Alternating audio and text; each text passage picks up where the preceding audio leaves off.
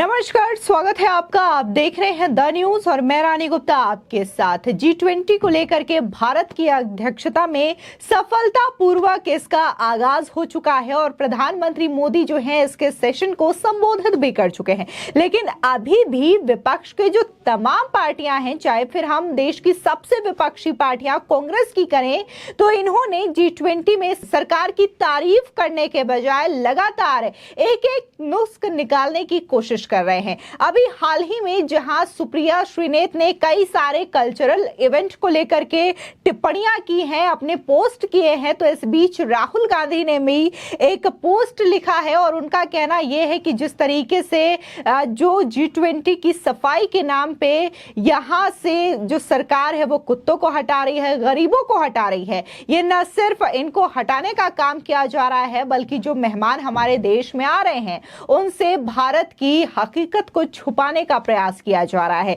जिसके बाद गौरव भाटिया जो कि बीजेपी के प्रवक्ता है, उन्होंने करारा जवाब दिया है राहुल गांधी और कांग्रेस को, और उनका यह कहना है कि विश्व में चर्चा भारत के जलवे की भी है और तुम्हारी गद्दारी की भी है। आपको बता दें कि यह कोई पहला मौका नहीं है जब कांग्रेस पार्टी के द्वारा इस तरीके से पोस्ट किए गए हों और G20 इवेंट को लेकर के इसकी निंदा की गई हो, बल्कि इससे पहले भी चाहे फिर वो पोस्टर्स को लेकर के ये कहना हो कि प्रधानमंत्री मोदी अपने आप को हर जगह टॉप पर रख रहे हैं। और साथ ही एक और पोस्ट किया गया था जहां पर यह दावा किया जा रहा था कांग्रेस पार्टी की ओर से कि कैसे दिल्ली में G20 के नाम पर मासूम जो स्ट्रीट डॉग हैं उन्हें परेशान किया जा रहा है, उन्हें सताया जा रहा है। लेकिन जब इसकी पोल खुली तो पता चलता है कि NDMC यानी कि इसका जो पूरा कंट्रोल है वो अरविंद केजरीवाल के अंडर में होता है और अरविंद केजरीवाल की आम आदमी पार्टी भी इंडिया अलायंस का हिस्सा है।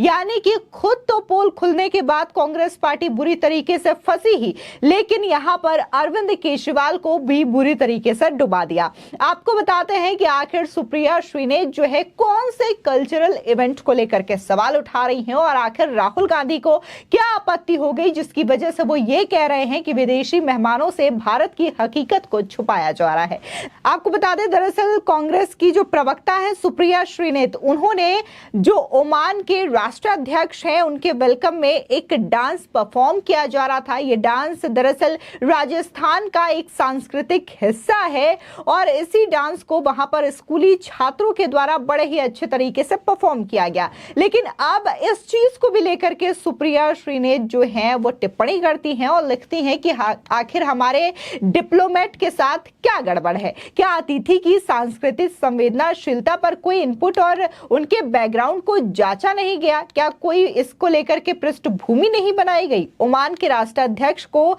यह बहुत ही अजीब लगा और वे वहां से अचानक चले गए। यानी कि कहीं ना कहीं सुप्रिया श्रीनेत ये कहना चाह रही हैं कि ये जो डांस परफॉर्म किया जा रहा है वो राजस्थान का एक सांस्कृतिक नृत्य है। ऐसे में वहां पर ओमान या फिर सऊदी से जुड़ा कोई डांस परफॉर्म किया जाना चाहिए ताकि ओमान के जो राष्ट्राध्यक्ष हैं उन्हें अच्छा लगे। लेकिन इस तरीके से राजस्थानी डांस को देख करके उन्हें अटपटा लगता है, इसलिए वो वहां से चले गए। लेकिन यहां पर G20 का सम्मेलन हो रहा है, समिट हो रहा है, यहां पर G20 देशों के जो राष्ट्राध्यक्ष है वो आ रहे हैं। सिर्फ ओमान के राष्ट्राध्यक्ष के सामने इस तरीके का डांस परफॉर्म नहीं किया गया, बल्कि जितने भी जो राष्ट्राध्यक्ष आए हैं, चाहे फिर हम ऋषि सुनक की बात करें, जो बाइडेन की बात करें, फ्रांस के प्रधानमंत्री की बात करें, तमाम लोग आए हैं और एयरपोर्ट पर रिसीव करने के लिए इंडिया के मिनिस्टर्स गए हैं और वहां पर इसी तरीके के कोई ना कोई डांस परफॉर्म होते नजर आए हैं। फिर चाहे हम गरबा की बात करें या फिर आसमी डांस की बात करें,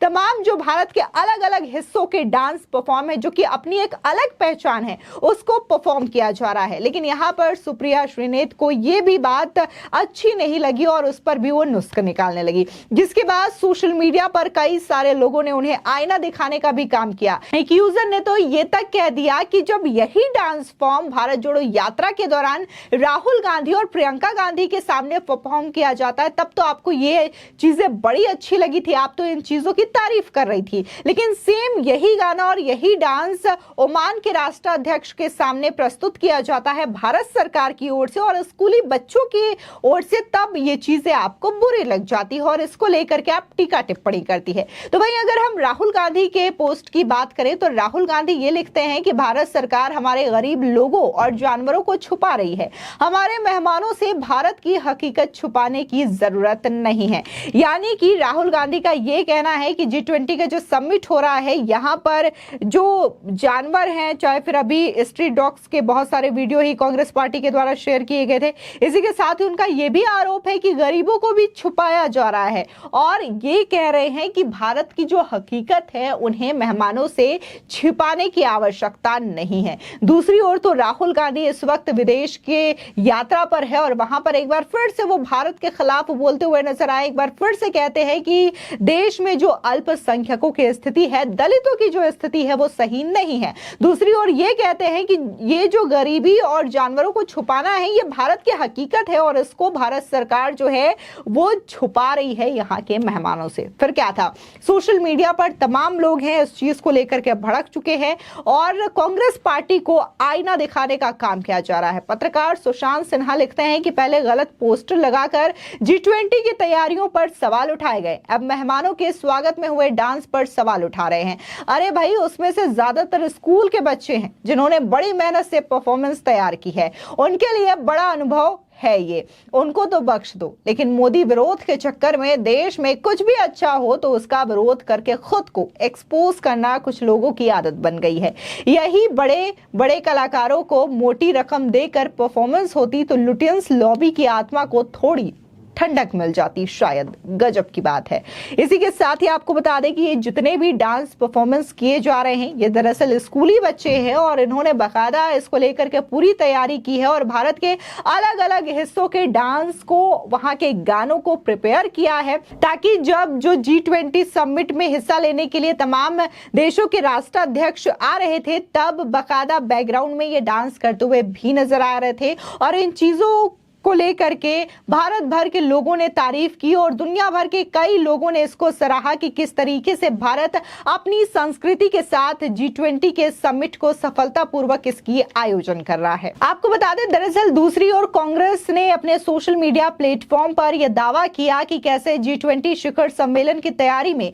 मोदी सरकार द्वारा निर्दोष आवारा कुत्तों पर की गई चौंकाने वाली क्रूरता को देखने के लिए इस वीडियो को देखें और कुत्तों को उनकी गर्दन से पकड़कर घसीटा जा रहा है, लाठियों से पीटा जा रहा है और पिंजरे में डाला जा रहा है। बता दें कि इसी के साथ ही उन्होंने एक वीडियो भी शेयर किया था जिसमें पीपल्स फॉर एनिमल्स का लोगो भी लगाया गया था। हालांकि कांग्रेस का यह झूठ बहुत देर तक चल नहीं सका और इसकी ओरिजिनल वीडियो भी इंस्टा से जल्दी मिल गई, जिसके बाद PFA ने अपने आधिकारिक इंस्टाग्राम पेज पर मंगलवार को अपलोड किया था और कैप्शन में एनजीओ ने स्ट्रीट डॉग्स को परेशान करने के लिए आपके नेतृत्व वाले दिल्ली नगर निगम को सीधे तौर पर इसके लिए दोषी ठहराया था। यानी कि जो झूठ कांग्रेस पार्टी की ओर से परोसा जा रहा था वो तो बेनकाब हुआ ही हुआ, लेकिन ये जो G20 की सफलतापूर्वक आयोजन है मोदी सरकार के द्वारा भारत की अध्यक्षता में, इससे साफ तौर से विपक्षी दलों को बड़ा झटका लगा है और खासकर कांग्रेस पार्टी की बात करें तो लगातार जो कांग्रेस पार्टी है वो इससे बौखलाई हुई है और एक के बाद एक कई सारे पोस्ट कर रही है,